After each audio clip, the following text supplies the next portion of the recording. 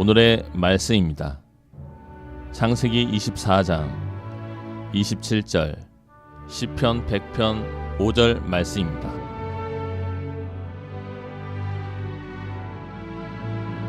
이르되 나의 주인 아브라함의 하나님 여호와를 찬송하나이다.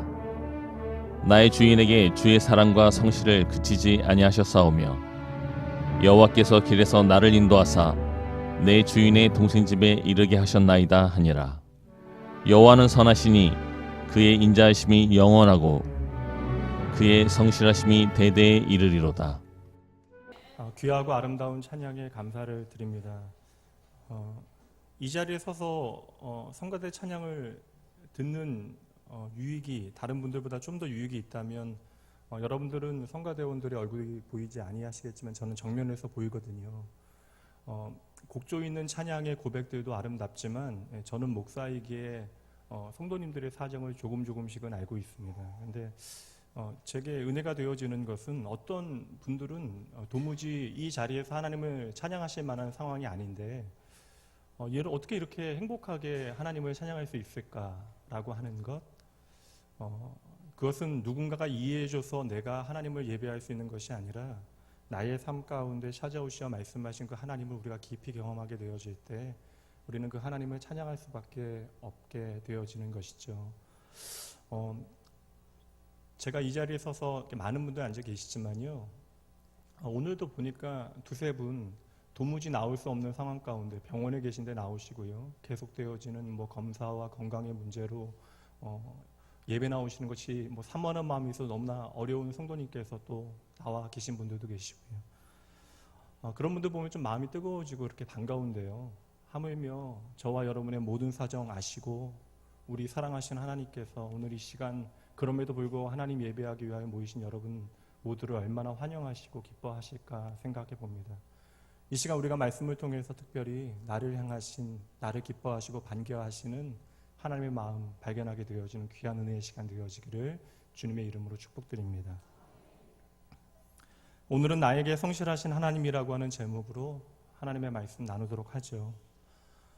지난주 화요일에 제가 한 성도님의 문자를 받았습니다. 그 성도님의 사정에 대해서는 나눌 수 없지만 성도님께서 저에게 주신 문자의 내용은 이러해요. 목사님, 질문이 있습니다. 시편에 자주 나오는 여호와의 성실하심이란 국어사전의 의미와는 다를 것 같은데 어떤 의미인가요? 그리고 두세 번의 문자가 오고 갔고요. 그리고 아름다운 믿음의 고백을 들으며 감사하다라는 생각을 하게 되어졌습니다.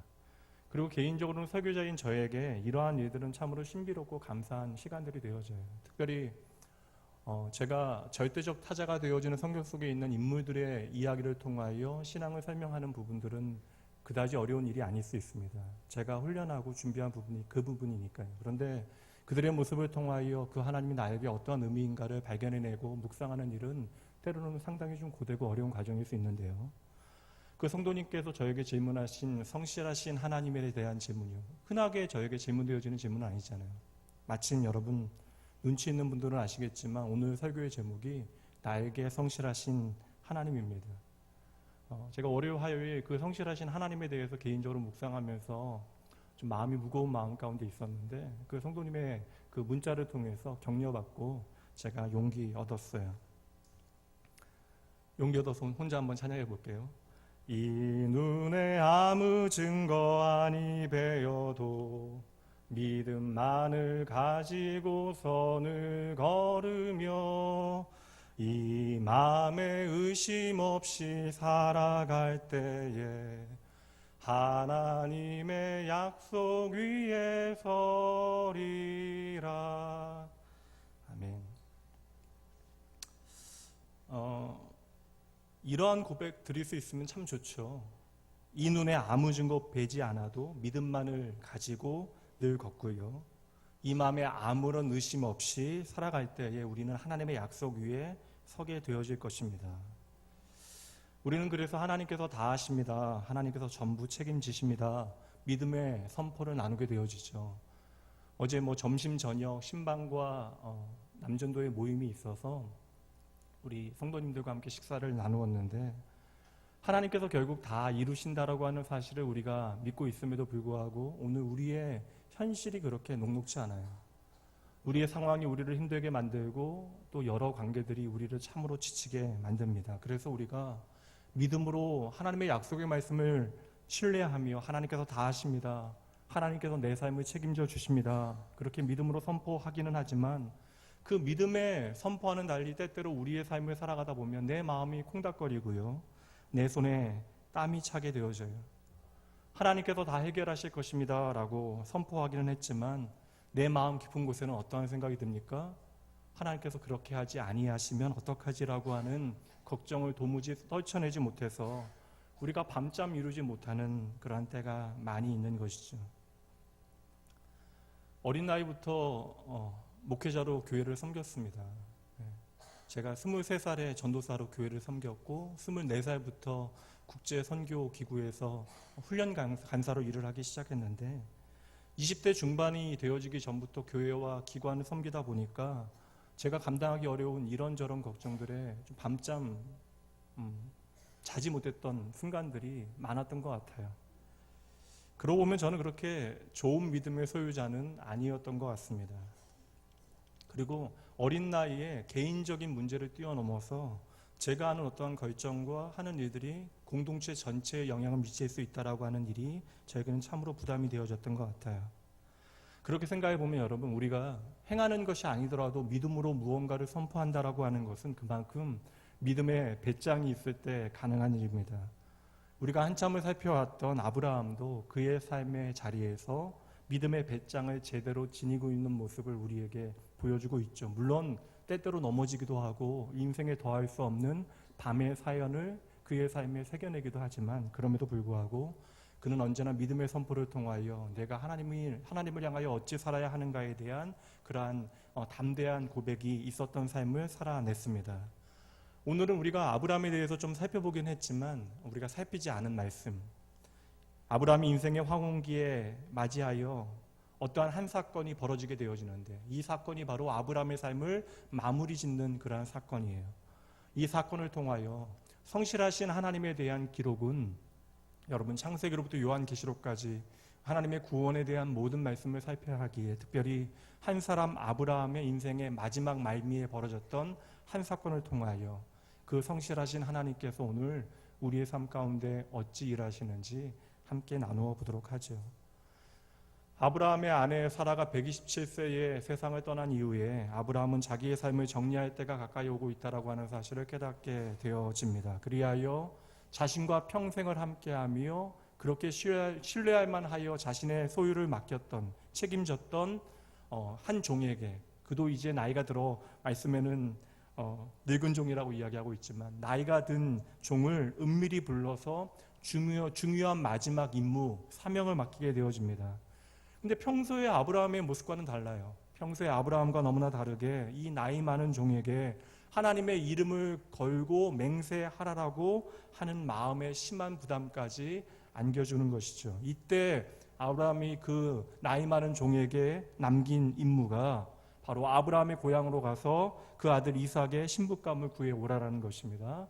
본문 말씀 3절과 4절이에요. 내가 너에게 하늘의 아버지, 내가 너에게 하늘의 하나님, 땅의 하나님이신 여호와를 가리켜 맹세하게 하노니 너는 내가 거주하는 이 지방 가나안 족속의 딸 중에서 내 아들을 위하여 아내를 택하지 말고 내 고향 내 족속에게로 가서 내 아들 이삭을 위하여 아내를 택하라. 아브라함의 집에서 평생을 살았던 종이 자신의 주인에게 있었던 특별한 관계 하나를 알고 있죠. 바로 아브라함과 하나님의 특별한 관계를 이 종은 평생을 늘 지켜보았을 것입니다. 그러니 이 집안의 다음 주인이 되어질 이삭의 배우자를 선택하는 문제가 얼마나 중요한 일인가에 대해서도 정확하게 알고 있었을 것이에요. 이것은 아브라함도 함부로 마음대로 결정할 수 없는 일입니다. 왜요? 하나님의 언약의 말씀이 그 이삭을 향하고 있기에 이것은 내 마음대로 결정할 수 있는 일이 아닌 것이죠. 그런데 아브라함은 지금 이 중요한 일을 자신과 함께 삶을 나누었던 나이 많은 한 종에게 이 임무를 맡기고 있는 것입니다. 이삭의 아내를 구하는 데 있어서 조건은 딱 한 가지만 말씀에 기록되어져 있어요. 가나안 사람이 아니라 아브라함의 고향 그 가문의 사람 가운데 한 사람을 선택하여야 한다는 것이죠. 말씀대로 생각해 보면 아주 단순합니다. 아주 쉬운 기준처럼 보여져요. 같은 민족, 가운데 한 명을 아내로 취하기만 하는 것처럼 보이지만, 그러나 여러분 아니죠. 이제 하나님의 믿음의 가문을 일으켜 세우고 한 민족을 하나님의 백성으로 인도해 내시는 중요한 결정을 해야 하는 그러한 때에 이 종이 부름을 받게 되어진 것입니다. 처음에는 오늘 어떠한 일을 주인이 나에게 맡길까 주인 앞에 섰지만, 아브라함의 이야기를 들으면서 이 나이 많은 종의 어깨가 점점 더 무거워져 갔을 것이에요. 여러분 생각해 보세요. 아무리 내가 노력을 하고 의지를 가져본다 한들, 내가 심사숙고한다 한들, 그는 내가 결혼할 당사자로 그 자리에 있는 것이 아니잖아요. 그러니 아브라함의 마음에 들고 이삭의 마음에 드는 사람을 고를 확률은 매우 낮습니다. 더군다나 여러분 한번 생각해 보세요. 딸을 가진 아버지들은 좀 더 생각해 보십시오. 신랑감의 얼굴을 단 한 번도 보지 아니하고 자기 딸을 시집 보낼 아버지가 이 세상에 어디 있겠습니까? 여러분들은 되시겠어요? 저는 안 될 것 같거든요. 결정적인 문제가 뭐예요, 여러분? 그냥 아버지는 그렇다 하고, 그냥 뭐 이삭과 아브라함의 마음도 그렇다 하고, 마지막 문제는 뭐예요, 여러분? 결정적인 문제는 얼굴도 모르는 남자와 결혼하기 위하여 자기가 자라고 성장한 고향을 떠나서 낯선 지역으로 따라올 여자가 어디에 있겠냐라는 것이죠. 그래서 이 종은 참으로 지혜 있는 것 같아요. 이 늙은 종이 아브라함에게 합리적인 좋은 제안을 합니다. 주인님, 정말 좋은 규수가 나타나게 되어지면, 만약에 그녀가 오려고 하지 않는다면 제가 도련님을 모시고 가서 만나게 해도 되겠습니까? 아마도 이삭의, 성경에는 나오지 않지만 이삭의 인물됨과 사람됨이 꽤나 괜찮았나 봐요. 그러니까 안 될지라도 이삭 얼굴 보여주면 되어질 것이라고 이 종은 생각한 것 같습니다. 그렇지만 문제는 뭐예요? 아브라함이 아예 대놓고 처음부터 이건 안 된다라고 이야기하는 것이죠. 그렇게 생각해보면 우리 아브라함 참으로 이기적입니다. 제 말이에요. 보세요, 여러분. 당사자인 신랑감 보내지 않겠대요. 그리고 나도 가지 못하겠다라고 이야기합니다. 그런데도 국경을 넘어서 머나먼 이방 땅까지 가서 가문의 미래를 열 하나님의 나라를 시작하게 만들 며느리를 데려오라라고 이야기하는 것이죠. 여러분, 이 말을 들으며 나이든 종이 얼마나 막막했을까 저는 짐작이 가요. 그런데 바로 그때에 아브라함이 결정타를 알리게 되죠. 7절 말씀입니다. 하늘의 하나님 여호와께서 나를 내 아버지의 집과 내 고향 땅에서 떠나게 하시고 내게 말씀하시며 내게 맹세하여 이르시기를 이 땅을 내 씨에게 주리라 하셨으니 그가 그 사자를 너보다 앞서 보내실지라. 내가 거기서 내 아들을 위하여 아내를 택할지니라. 이제 아브라함의 믿음의 깊이가 참으로 깊어졌어요. 인생은 마무리하여야 하는 이 시점에 그의 믿음이 얼마나 아름답게 자라났는지를, 그의 믿음의 깊이를 확인하게 하는 말씀입니다. 그래서 저는 이 말을 그저 며느리를 구할 수 있다라고 하는 가능성에 대한 아브라함의 전언이 아니라 이 말이 하나님을 향한 확신에 가득 찬 신앙 고백으로 제 귀에 들려지는 것이죠. 아브라함은 그 종을 향하여 말합니다. 걱정하지 않아도 된다. 내 삶에 지금까지 함께 하신 하나님의 약속의 말씀을 나는 확신한다. 하나님께서 너보다 먼저 당신의 사자를 보내실 것이다. 그러니 너는 그냥 가기만 해도 된다. 얼마나 은혜로운 말입니까? 하지만 아브라함의 입장에서는 은혜로운 말이지만 이 일을 감당해야 하는 실무자인 나이든 종의 입장에서는 그냥 말 그대로 기가 막히고 코가 막힌 말이죠. 그렇잖아요. 뒷목 잡을 만한 이야기잖아요. 그냥 송파구에서 여기 뭐 강동구에 가서 구해오라는 것도 아니고 그냥 뭐 이 땅에서 뭐 전라도 가서 강원도 가서 신북감 구해오라는 것도 아니잖아요. 얼마나 먼 지역, 그리고 당시로 이야기하면 가나안 지역에서 메소포타미아 지역까지 올라간다라고 하는 것은 어찌 보면 생명을 걸어야 하는 일일 수도 있는데 이 일을 맡기면서 내 아들도 못 보내겠다, 나도 못 가겠다. 그러나 하나님께서 반드시 하나님의 약속을 지키실 터이니 너는 담대히 그 하나님의 일하심을 믿고 가라 하는 말을 듣게 되어주는 것이죠. 만약에 여러분 하나님의 약속의 말씀만 아니라면 그 가나안 땅이라고 뭐 어여쁘고 마음씨 좋은 아가씨 없었겠어요? 이삭은 그 중에서 마음씨 좋고 어여쁜 아가씨 한 명 만나서 결혼하면 되는 것이죠. 그러나 아브라함은 자신에게 말씀하신 하나님의 언약과 말씀을 내 삶의 가장 중요한 가치와 기준으로 삼았기에 하나님은 부르심 앞에 함부로 움직이거나 마음대로 결정하지 않았다라는 것입니다. 여러분 기억하셔야 돼요. 하나님의 형상대로 창조된 저와 여러분만 이 세상을 살아가면서 나의 의지와 자유를 통하여 무언가를 선택할 수 있습니다. 세상에 인간 말고 존재하는 모든 것들은 하나님의 창조의 원리를 벗어나게 되어지면 그 즉시로 존재하지 못하게 되어지는데, 하나님의 형상대로 특별한 사랑을 받은 저와 여러분만 하나님께 허락하신 자유의 의지 가운데 우리가 무엇을 선택할 것인가를 결정할 수 있도록 하신 것이죠.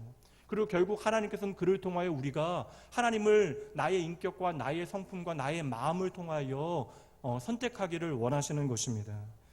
오늘도 우리는 나의 삶을 살아가면서 먹는 것, 입는 것, 사는 것, 어떠한 것을 선택할지 우리 마음대로 결정할 수 있는 것이에요. 말씀드린 대로 하나님께서는 저와 여러분에게 선택의 자유, 의지의 자유를 허락하여 주셨기 때문에 그러합니다. 그러나 여러분, 그 자유의 의지가 있음에도 불구하고 하나님을 신뢰하고 믿는 사람들은요, 그 자유의지를 하나님의 인도하심 가운데 나의 의지조차도 하나님께서 사용하시도록 내어드리는 사람, 그 사람들이 바로 하나님께서 쓰시는 믿음의 사람인 것이죠. 여러분, 아브라함이라고 내가 원하는 삶의 방향이 없었겠습니까? 아브라함도 저와 여러분과 마찬가지로 내가 원하는 내 마음이 흘러가는 방향이 분명 있었을 것이에요. 그럼에도 불구하고 아브라함은 그의 인생을 통하여 무엇을 배웁니까? 내 삶의 주인이 내가 아니라 오직 하나님이심을 깨닫게 되어지죠. 그리고 그분의 말씀대로 순종하는 것이, 그 순종하며 살아가는 것이 자신의 삶의 가장 중요한 가치라고 하는 사실을 알았기 때문에 아들의 신부를 구하는 일도 하나님의 약속이 그 첫 번째 기준이 되어졌던 것입니다. 이제 아브라함의 종은 아브라함의 고향인 메소포타미아로 가게 되어져요. 그리고 도착합니다. 그것도 광야잖아요. 허허벌판의 광야 한복판에 도착해서 무엇을 어떻게 할 수 있었겠습니까? 지금처럼 여러분 세상 좋아서 내비게이션이라도 있었더라면 주소 찍고 찾아갈 수 있을 터인데, 그것도 아니고 내가 그 땅이 낯선 땅인데 지인이 있어서 아브라함의 친척을 아시나요? 라고 물어볼 수 있는 것도 아닙니다. 그러니 여러분, 단순하게 이야기하면 메소포타미아에 도착했지만, 아브라함의 고향에 도착했지만 그가 할 수 있는 일은 아무것도 없다라는 것이에요. 혹시 여러분 홀로 여행에 갔는데 그 낯선 곳에서 길을 잃어버리신 적이 있으십니까? 저는 예전에 이제 청년 사역할 때 여권을 잃어버려서 이렇게 체코에 가서 여권을 잃어버려서 저한테 연락을 했더라고요. 그래서 제가 대서관에 연락을 하라고, 제가 도와줄 수 있는 것이 아무것도 없다고. 얼마나 당황되어지면 그 순간에 목회자인 저에게 연락을 했겠어요. 그래서 저는 그냥 기도해 줬습니다. 그리고 빨리 대서관에 가라고 이야기해 줬습니다. 낯선 곳에서 길을 잃게 되어지면 누구나 당황하게 되어져요. 어찌 보면 지금 이 나이든 종에게 그러한 막막함이 있었을 것입니다. 그런데 여러분 잘 보세요. 이 순간에 중요한 우리의 인생의 내비게이션, 믿음의 신앙의 내비게이션을 우리에게 보여주는 구절이 나옵니다. 12절 말씀 함께 보시죠.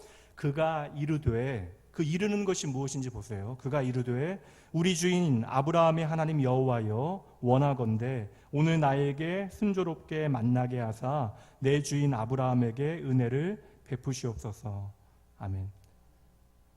낯선 곳에서 갈 바를 알지 못했던 그때의 그가 한 말이 무엇이에요? 오늘날로 이야기하면 두 글자로, 그가 뭐 한 것입니까? 기도한 것이잖아요. 기도.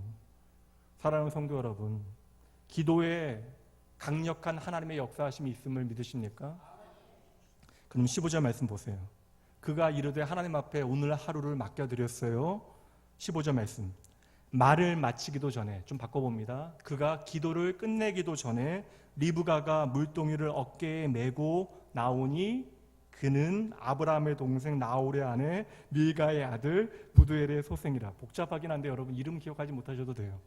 기도를 마치기 전에 한 여인이 나오기 시작하는데 그 여인이 바로 아브라함이 그렇게 원했던 그 여인이었다라는 것이죠. 아멘. 여러분, 세상은 이것을 향하여 무엇이라고 이야기할까요? 두 글자로 우연이라고 이야기하겠죠. 우연. 그러나 여러분, 이게 우연이라고 여겨지십니까? 이게 우연의 사건이라면 하나님의 구원의 사건을 여시는 중요한 장면 가운데 이 말씀을 기록해 놓을 이유가 없죠. 세상 사람들은 이 사건을 바라보며 우연이라고 이야기하겠지만 저는 예수 그리스도를 믿는 자들에게 결코 우연이라고 하는 것은 존재하지 않는다 확신합니다. 모든 삶의 순간과 모든 일들이 그분의 정확하고 확실한 계획 가운데 나오는 것임을 우리는 믿어야 하는 것이죠. 성경에는 그래서 여러분 특별한 시간 부사들이 나오는데 마침이라고 하는 단어, 이 마침이라는 단어가 때로는 때마침, 그 순간, 바로 그때에라고 하는 표현으로 많이 등장하게 되어져. 특별히 하나님께서 특별한 구원과 회복의 역사를 일으키시는 그때에 그들이 하나님을 눈으로 바라보지 못함에도 불구하고 이러한 시간 부사들이 함께 등장합니다.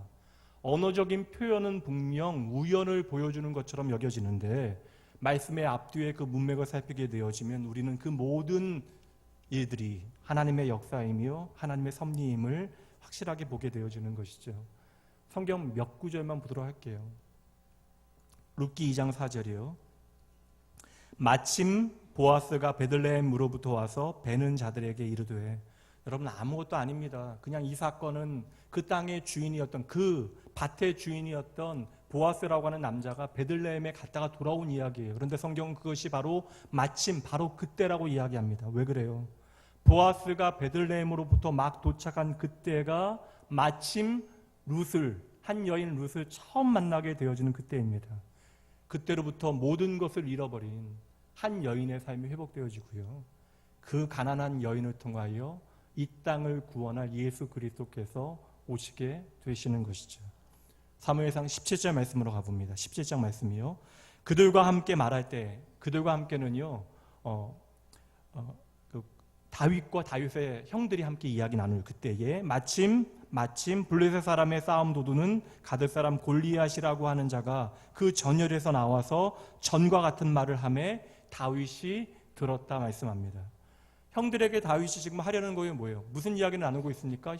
아버지가 형들의 안부를 묻더라 하고 아버지가 준비해준 도시락을 형들에게 전하는 바로 그 때에 때마침 다윗은 골리앗의 외침을 듣게 되어지는 것이죠.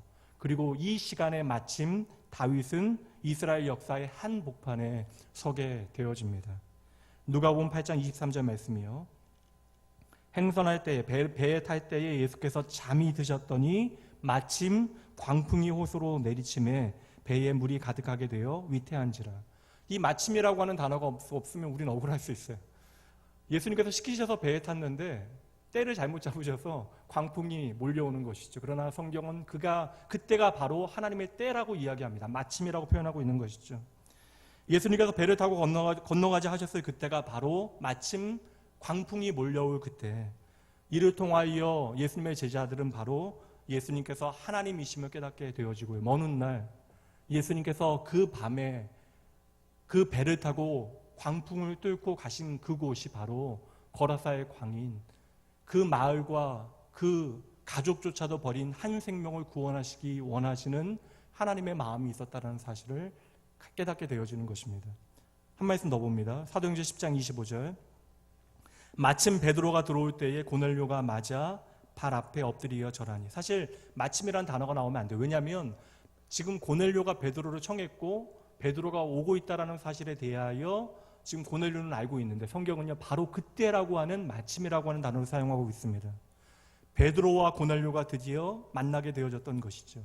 이를 통하여 이스라엘 백성뿐만 아니라 이방인들이 하나님께로 돌아오게 되어지는 복음 전도가 시작되어졌고, 그날의 이방인 가운데 고백되어진 하나님에 대한 고백으로 하나님의 교회가 세워지고 오늘 저와 여러분이 하나님을 오늘도 예배하고 있는 것입니다.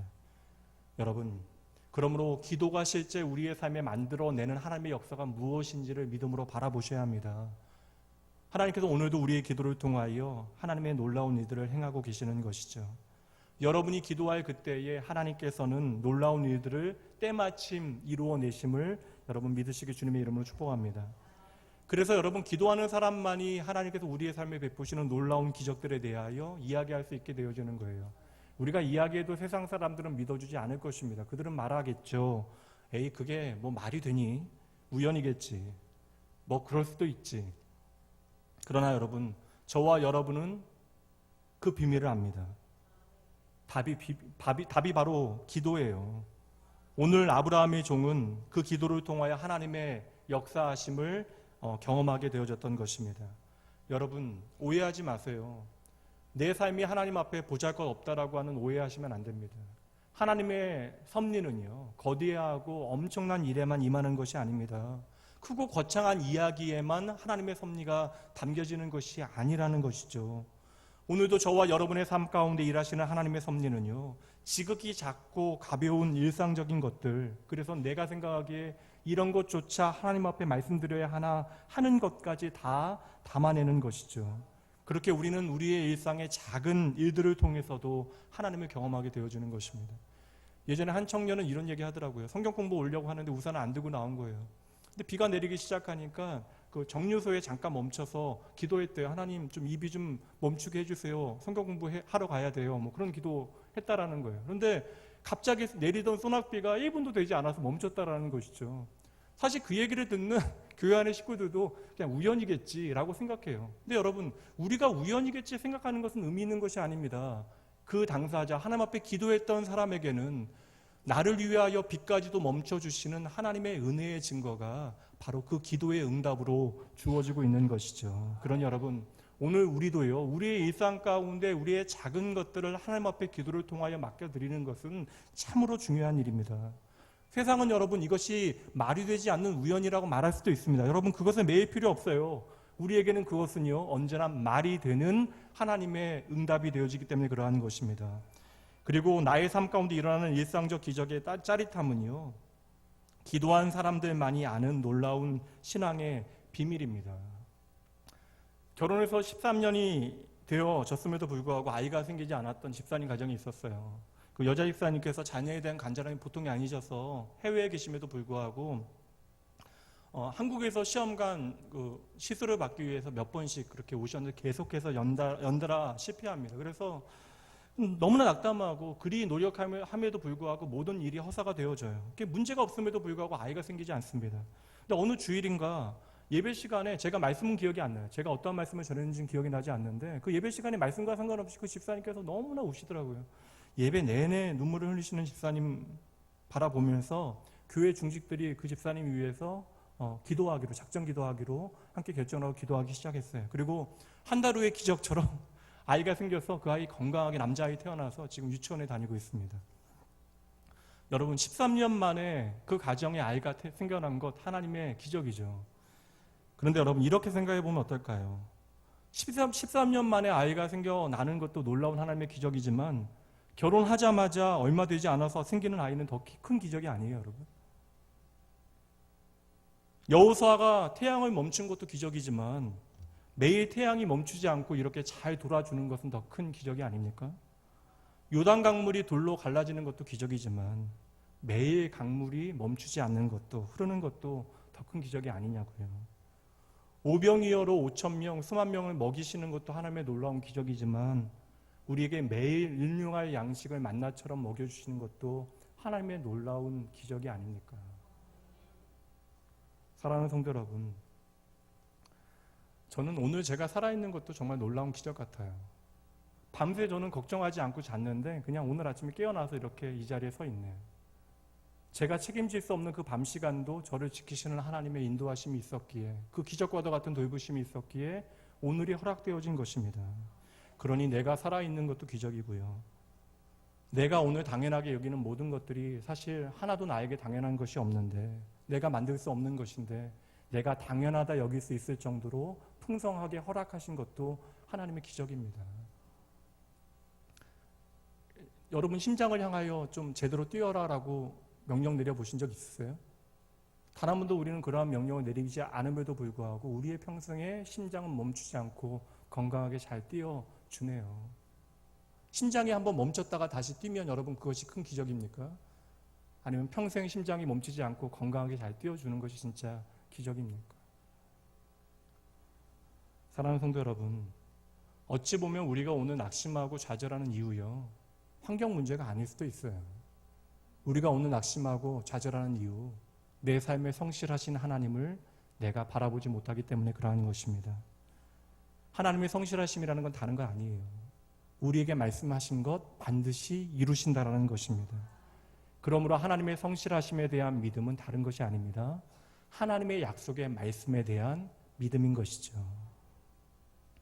오늘 본문의 말씀에 아브라함과 평생을 함께하였던 늙은 종의 이름은 나오지 않습니다. 그러나 창세기 15장 말씀에 보면 이 늙은 종의 이름이 등장해요. 15장 2절, 아브라함이 이르되 주 여호와여 무엇을 내게 주시려 하나이까. 아브라함이 그 어떤 것도 알지 못하는 그때에, 그의 믿음이 연약했을 그때에 하나님께서는 계속해서 찾아오셨잖아요. 그때에 아브라함이 하나님을 향하여 기도하는 장면이에요. 나는 자식이 없사오니 나의 상속자는 이 다메섹 사람 엘리에셀이니이다. 이삭이 없었을 그때에, 아브라함이 그 신앙의 길에서 미숙하였을 그때에, 그 당시에도 아브라함의 재산을 맡아서 관리하던 종의 이름이 바로 엘리에셀이었대요. 그리고 엘리에셀이라고 하는 이름의 뜻은 하나님께서 나의 도움이 되신다라고 하는 뜻입니다. 그리고 그렇게 젊고 능력이 있었던 그 종이 이제 나이가 들었어요. 자신의 젊음과 그 모든 능력과 평생을 아브라함과 함께 나누며 살아왔던 것이죠. 그리고 엘리에셀은 아브라함과 함께 삶을 나누면서 아브라함의 삶에 함께 하시는 그 놀라운 하나님을 옆에서 바라보았을 것입니다. 아브라함이 이삭을 어떻게 얻게 되어졌는지, 그리고 분명 여러분 아마도 이삭을 번제로 바치려 할 때에도 그 현장에 신뢰하던 종 엘리에셀은 함께 했을 것이에요. 우리는 자신에게는 낯설기만 한 아브라함의 고향에 온 이 종이 왜 기도를 하였는가에 대해서 그래서 이해할 수 있는 것입니다. 그런데 여러분, 오늘 이 종이 하나님 앞에 기도를 하면서 하나님을 어떻게 부르고 있는가에 우리는 주목할 필요가 있는데요. 27절 말씀 앞부분만 다시 보시죠. 이르되 나의 주인 아브라함의 하나님 여호와를 찬송합니다. 나이 든 종이 하나님을 나의 주인 아브라함의 하나님이라고 부르고 있잖아요.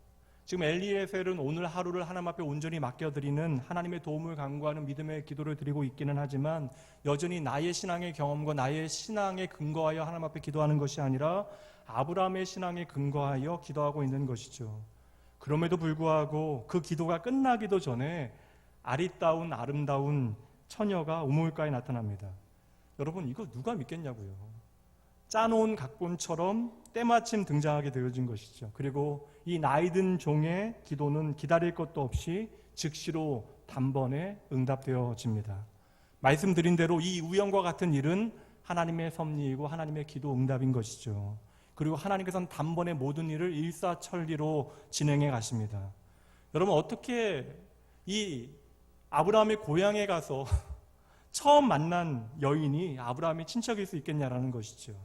그리고 이 늙은 종이 처음 만난 이 여인이 이삭의 아내가 되고 야곱의 어머니가 되어지는 리브가입니다. 이렇게 내가 기도한 것이 그대로 응답되어지자 이 나이 많은 종은 감격하게 되어져요. 그래서 그 자리에서 하나님을 향하여 경배하며 다시금 감사의 기도를 드립니다. 27절 나의 주인 아브라함의 하나님 여호와를 찬송합니다. 나의 주인에게 주의 사랑과 성실을 그치지 아니하였사오며 여호와께서 길에서 나를 인도하사 내 주인의 동생 집에 이르게 하셨나이다. 이제 그 종은 하나님을 향하여 나의 마음을, 나의 감정을, 나의 의지를 쏟아놓기 시작하는 것이죠. 자신의 주인의 하나님뿐만 아니라 내가 직접 경험한 나의 하나님이 되어짐을 확인하게 되어지는 순간이에요. 지금까지는 늘 언제나 아브라함과 함께 했으니 아브라함을 통하여 일하시는 하나님만 봤는데 아브라함과 떨어지게 되어지니 나의 기도에 응답하시는 하나님을 지금 그가 만나고 그를 찬양하기 시작하는 것이죠. 그러니 여러분, 언제 성도의 삶에 진정한 찬양이 시작되어집니까? 내가 하나님을 진정으로 만나게 되어지는 그 순간 우리의 삶에 찬양이 시작되어지는 것이에요. 그렇게 하나님을 찬양하며 그가 부른 하나님의 이름이 뭐예요, 여러분? 성실하신 하나님. 정확히 번역해내면 성실을 그의 백성 가운데 그치지 아니하시는 하나님. 그렇다면 왜 엘리에셀은 하나님을 성실하신 하나님으로 고백하는 것일까요? 그의 평생의 경험 때문에 그러한 것이죠. 오늘 나의 기도에 응답하신 그 하나님께서는 아브라함의 평생에 언제나 성실하셨던 하나님이시기 때문에 그러합니다. 그러기에 그 성실하신 하나님을 날마다 경험하며 살았던 아브라함은 이 나이 많은 종이 걸어가는 그 길 앞에서 믿음의 선포를 할 수 있었던 것이죠. 너무 걱정하지 말아라. 나를 지금까지 인도해 주신 하나님께서 이 땅을 내 아들과 그 아들의 아들에게 주시겠다 약속하셨단다. 그러니 하나님께서 그 모든 약속을 친히 이루시기 위하여 너보다 앞서 그분의 사자를 네가 가는 그곳에 보내실 터이니 너는 염려할 필요가 없구나. 그리고 아브라함이 선포한 그대로 마치 정해진 각본에 따라 등장인물이 짠하고 나타나듯이 모든 상황이 절묘한 타이밍으로 맞물리게 되어지는 것이죠. 여러분, 저는 이러한 타이밍이, 이러한 시퀀스가 우리를 향한 하나님의 장치라고, 하나님의 역사하심이라고 저는 확신합니다. 누가 이 놀라운 인생의 드라마를 연출해낼 수 있겠어요? 그분이 바로 아브라함의 하나님, 엘리에셀의 하나님, 그리고 오늘 저와 여러분의 하나님이심을 믿으시기 바랍니다. 여러분, 염려하실 수 있어요. 목사인 저도요, 좌절하는 순간이 있습니다. 지난주에 제 손 붙잡아 주신 권사님께서 이제 또 응급실에 계신 모습 보면서 저도 하나님의 뜻이 어디에 있는가에 대해서 고민하게 되어집니다.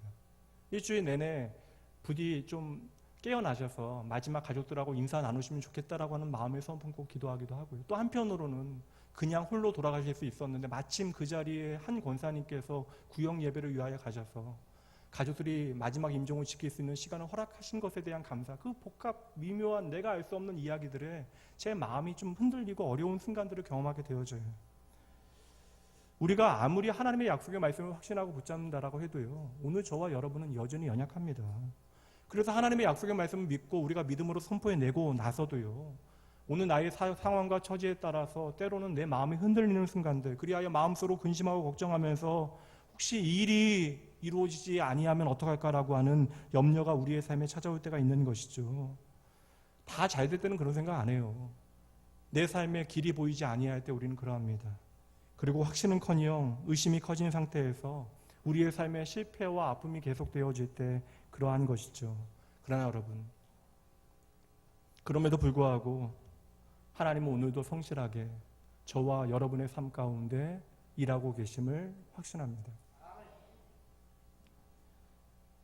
우리에게 주신 그 모든 약속이 공수표가 되어지지 아니하도록 하시기 위하여, 우리가 믿음으로 선포한 모든 약속의 고백들이 맹신과 광신으로 오해되지 아니하도록, 하나님의 약속의 말씀을 믿고 순종하는 이들의 걸음을 헛되지 아니하도록 하나님은 오늘도 우리 가운데 성실하게 일하시는 분이세요.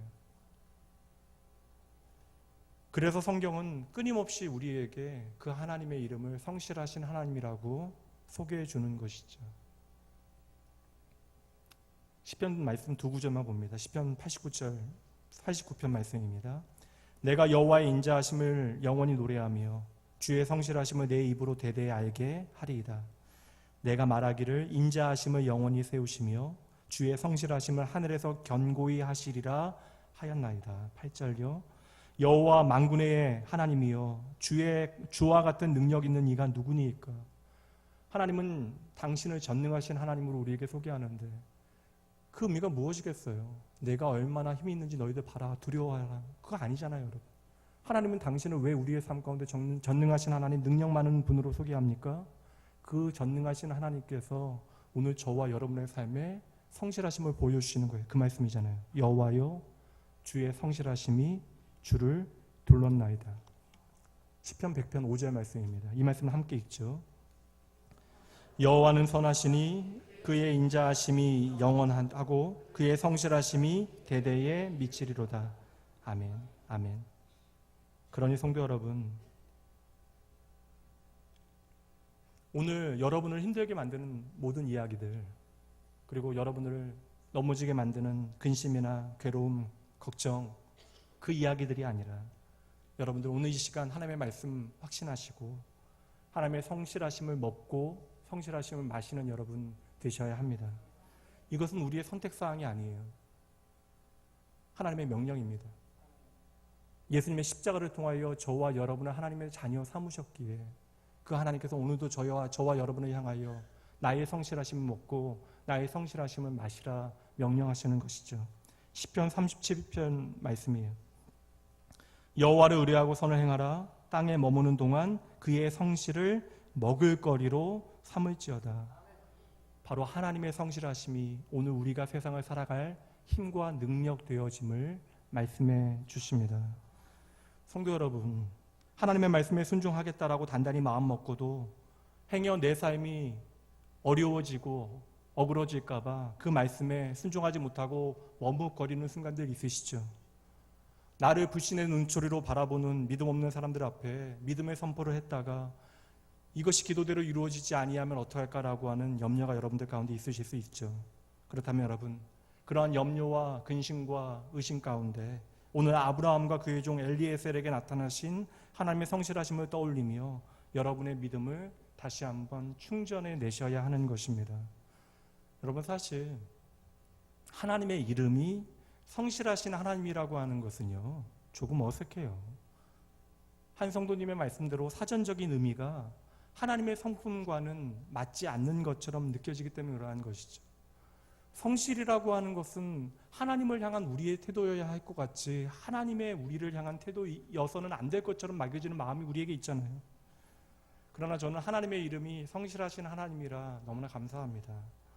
제 삶을 돌이켜보니까 그 하나님은요, 저 높은 보좌에 앉아서 영광 가운데 흰옷 입으시고 광채 빛나는 곳에서 우리의 예배와 찬양과 기도만 들으시는 분이 아니라 오늘도 부더니 제 삶 가운데 찾아오시어 작업복을 입으시고 저를 위하여 일하시는 하나님이시기 때문에 그러한 거예요.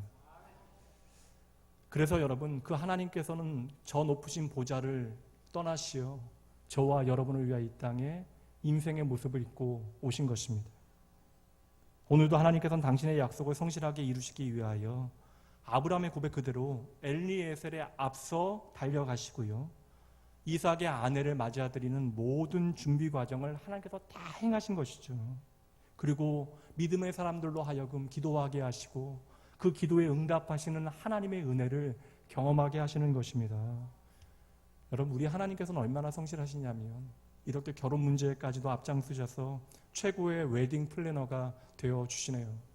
그러니까 저한테 여러분, 뭐 중매할 곳 있냐고 물어보지 마시고 누구 중매하고 안 하고 하는 것도 제가 할 일이 아니고 또 서운해집니다. 그러니까 여러분, 최고의 중매자 되신 웨딩 플래너 되신 하나님 앞에 자녀를 놓고 더 열심히 기도하셔야 합니다. 저에게 말씀하시면 저는 중매 서지 않고요, 열심히 기도할게요. 오늘 말씀에서 참으로 감사한 것은요, 아브라함의 늙은 종 엘리에셀이 하나님의 성실하심을 나의 경험으로 고백하게 되어졌다라는 것이죠. 지금까지는 아브라함의 삶을 통하여 하나님 참 멋지시구나, 하나님 성실하시구나 확인했지만 오늘 나의 기도에 그 즉시로 응답하시는 하나님 바라보면서 내 삶에 성실하신 하나님을 경험한 것입니다. 그러니 지금 이 하나님은 아브라함에게만 성실한 하나님이 아니라 엘리에셀, 나에게도 성실한 하나님이 되어주신 것이죠. 여러분, 여기에서 오는 여러분의 참된 소망이 무엇인지 발견하셔야 돼요. 하나님께서는 아브라함을 위해서도 성실로 일하시지만 오늘 나를 위해서도 성실함으로 끝까지 일하시는 하나님이심을 여러분 보셔야 합니다. 그때 우리는 하나님의 이름을 참으로 찬양할 수 있게 되어지는 것이에요. 성실하신 하나님의 이름은요, 내가 잘 나갈 때는 너무나 쉽게 잊어버립니다. 그러니 여러분 기억하셔야 돼요. 내가 조금 못 나갈 때, 어려울 때, 힘들 때, 수많은 걱정에 밤잠 이루지 못할 그때에 아브라함과 엘리에셀에게 성실하신 그 하나님께서 나에게도 오늘 성실하심을 믿으셔야 합니다. 누구나 삶에서 어려운 순간들 반드시 찾아와요. 믿음의 삶을 살아가는 믿음의 사람들에게도 그것은 예외가 아닙니다. 살다 보면 우리의 믿음이 큰 시련을 만나게 되어지고요, 눈물이 우리의 눈을 가리는 순간들이 찾아옵니다. 하나님이 나를 사랑하시는 그 흔적을 찾아보기 어려운 나의 마음이 되어질 때가 있죠. 그럴 때면 하나님의 음성을 듣지 못하니 세상의 소음이 내 마음을 어지럽히고요, 하나님이 없다라고 하는 세상의 속임수가 내 마음을 심란하게 만들기 시작합니다. 사랑하는 성도 여러분, 그러나 그 어떤 일에도 염려하지 말고 하나님의 약속 붙드세요. 이것을 하나님의 명령으로 생각하지 마시고 저와 여러분을 살리시는 하나님의 은혜로운 부르심으로 드러내셔야 하는 것입니다. 오늘 힘드시겠지만 그 어떤 일에도 주눅들지 말고 오직 하나님의 성실하심만 의지하며 주님께 기도하시기 바랍니다. 하나님께서는 우리가 하나님의 성실하심을 너무나 믿지 못하니까 이렇게까지 그의 성실하심을 표현해 주시네요. 시편 121편 4절 함께 읽습니다. 이스라엘을 지키시는 이는 졸지도 아니하시고 주무시도 아니하시리로다. 아멘. 이스라엘은 저와 여러분이잖아요. 좀 어색하긴 하지만 자기 이름 넣어서 한번 읽어보도록 할까요? 읽습니다. 승리를 지키시는 자는 졸지도 아니하시고 주무시지도 아니하시리라. 아멘. 전능하신 하나님, 영원하신 하나님께 졸지 않으신다, 주무시지 아니하신다, 어불성설이잖아요. 왜 이런 말씀 우리에게 하실까요? 사실을 전달해 주시는 걸까요? 나는 자지 않는다, 나는 졸지 않는다. 아니잖아요. 저와 여러분을 향한 하나님의 마음을 보여주시는 거죠. 이 하나님 신뢰하지 못하면 우리는 소망을 품지 못합니다.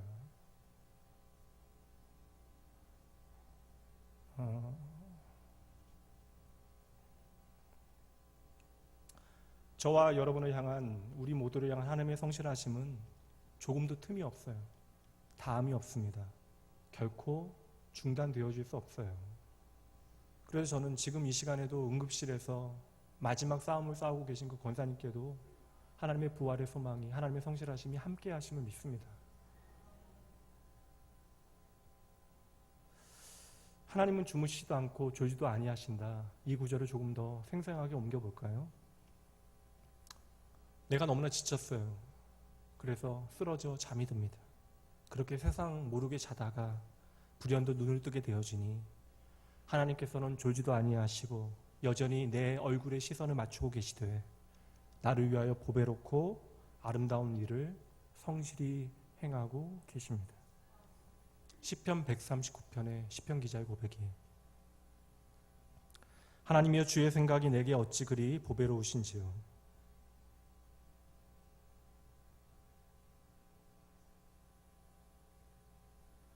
그 수가 어찌 그리 많은지요. 내가 세려고 할지라도 그 수가 모래보다 많도소이다. 내가 깰 때에도 여전히 주와 함께 있나이다. 내가 깨어날 때에야 주님께서 나와 함께 계심을 우리는 알게 되잖아요. 근데 중요한 단어가 나옵니다. 여전히. 이 말씀은 내가 잠들어 있을 그때에도, 주님을 보지 못할 그때에도 여전히 주님은 저와 여러분과 함께 하신대요. 사람은 변하고 인생은 변해요. 어제 그렇게 사랑했던 사람 오늘은 미워할 수 있습니다. 어제는 내가 분명 이 일을 할 수 있을 거라고 생각했는데 오늘은 못할 수 있는 상황이 펼쳐질 수도 있어요. 그러나 여러분, 하나님은 결코 변함이 없으십니다. 그러니 어제도 오늘도 내일도 저와 여러분의 하나님은 성실하신 하나님이 되시는 것이죠. 저와 여러분에게 주신 말씀 반드시 이루실 거예요. 우리가 보지 못해도요. 우리가 심지어 이 세상을 떠난다 할지라도 우리에게 주신 약속의 말씀 반드시 하나님께서 이루십니다. 그러니 여러분, 오늘 내 삶에 해가 지는 것처럼 보여져도 낙담하지 마세요. 조금만 실망하십시오. 성실하신 하나님께서는 내일도 다시 우리의 인생에 해가 뜨도록 역사하실 것입니다. 마지막으로 주의 약속의 말씀 함께 고백해 보시죠. 유명한 말씀이에요. 예레미야 애가 말씀인데, 민족의 아픔, 그 패망한 현실 가운데 선지자 예레미야가 울면서 하나님 앞에 결국 고백하게 되어지는 고백이 이 고백입니다. 함께 고백합니다. 여호와의 인자와 긍휼이 무궁하심으로 우리가 진멸되지 아니함이니이다. 이것이 아침마다 새로우니 주의 성실하심이 크십니다. 아멘. 여러분, 이제 제 설교는 끝나요. 그러나 여러분, 이것은 기억해 주셔야 합니다. 하나님의 약속은 끝나거나 사라지지 않아요. 오늘 여러분이 서 있는 삶의 자리가 마치 황무지와 같이 보일지라도 하나님의 성실하심이 저와 여러분과 함께 하는 한 우리에게 그 어떤 것도 우리를 망하게 하는 문제가 되어질 수 없습니다. 얼마 전에 한 권사님께서 도무지 하나님께로 돌아올 생각이 없는 자녀에 대하여 근심하며 저에게 기도를 부탁하셨습니다. 근데 여러분, 기억하셔야죠. 저와 여러분도 하나님을 떠났던 탕자였는데 어느새 하나님께로 돌아왔잖아요. 그리고 우리가 하나님 앞에 돌아온 이유는요, 저와 여러분의 성실함 때문이 아니라 하나님의 성실하심 때문입니다. 저와 여러분은 우리의 인생의 전체 화면을 볼 수 없습니다.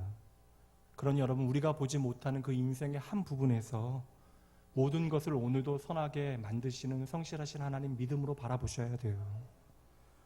그 언젠가는 반드시 우리의 눈을 가리었던 그 커튼 열리게 되어질 거예요. 우리 인생을 향하여 가졌던 우리의 모든 고민들 하나님께서 답을 보여주실 것입니다. 그리고 우리의 믿음은 반드시 하나님 앞에서 보상받게 되어질 것이에요. 확신 가지고 말씀드립니다.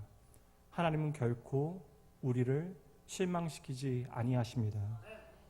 그러니 여러분, 오늘 여러분의 상황 보시며 기운내시거나 일소일비하지 마시고 이 성실하신 하나님 바라보시며 용기 갖고 희망 잃지 마셔야 돼요.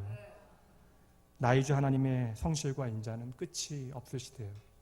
이 시간 그 하나님 함께 찬양하시고 기도하시죠.